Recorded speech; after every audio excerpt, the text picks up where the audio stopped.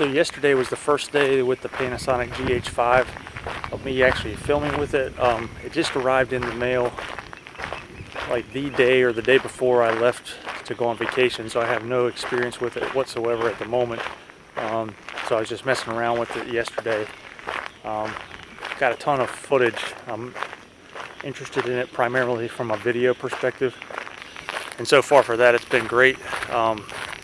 But I apologize if it comes out a little grainy. Sometimes I'm still learning what the correct settings are for everything. But anyway, this will be after one day of use, and then I get to mess with it the whole week while I'm here.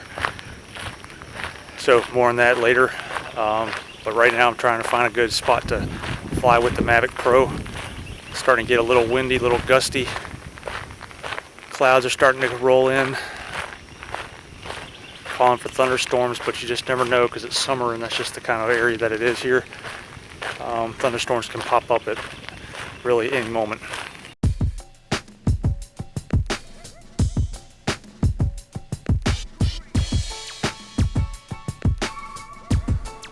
Okay, so full disclosure number one, if you're new to shooting video with a DSLR, you're going to need to practice a lot to take full advantage of its capabilities.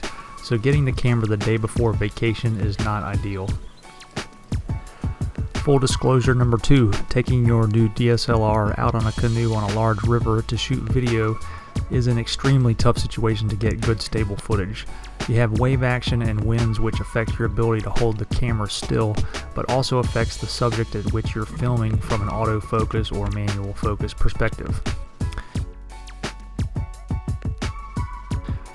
So on those calm, uncluttered shots, I was pleased with the crispness of the picture and the detail in the water.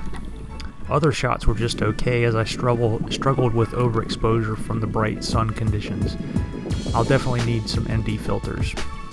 For most of these shots, I just use the autofocus continuous mode as I just don't have the skills for manual focus from a moving canoe.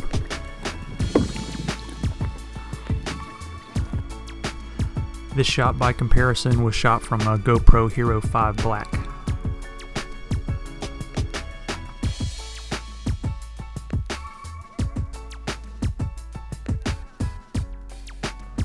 Another sample clip from the GoPro Hero 5 Black, just with a simple tripod.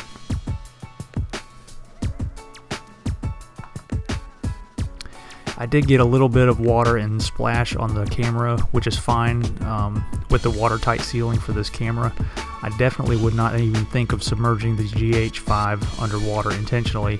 I'll go ahead and save that for the GoPro.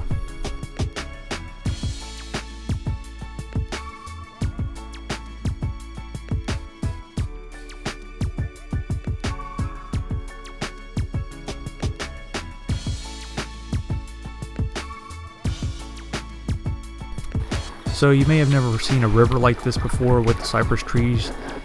They can grow right in the shallow water if the conditions are right. Their roots eventually just surface right up from the bottom of the water from the sand, up like little cones towards the air and the sunlight. I'm not quite sure what happened with this clip here. It's kind of something that looks like an issue with the stabilization. It's probably me and not the camera. But see how it kind of just lags and kind of tugs momentarily to the next clip. So I'm just going to have to investigate that and find out what that is. It's probably, again, something on my end with me not holding the camera correctly and a combination of the canoe and the wind and a little bit of wave action. But it just kind of tugs along and it goes a little bit further and further and then stalls a bit.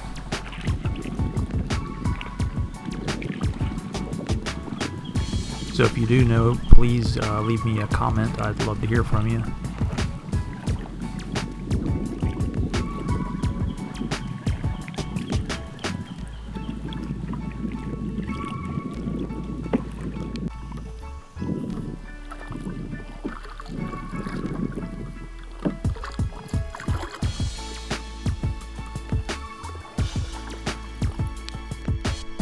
So what are the things that I learned from shooting video with the new GH5? With AFS or AFF mode, which is autofocus single or autofocus flexible, It works by pressing the shutter halfway down and then pressing the record button. This will set the composition, but it does not allow you to recompose while recording. The autofocus mode, or AFC mode, this is really your best option when recording anything with movement, and it does work well. It may need to tweak the setting to allow for a larger or smaller focus area. Manual focus, or MF mode, works great when you're able to remain very still or you have a tripod, but I just was not able to use this when I was shooting from the Canoe. Anyway guys, that about wraps it up. Please drop me a comment if you have a constructive feedback or questions of your own. I would like to learn as much as I can about the Panasonic GH5, so please give me a thumbs up if you like this video and consider subscribing if you want to see more videos involving the outdoors with the GH5. And thanks for watching.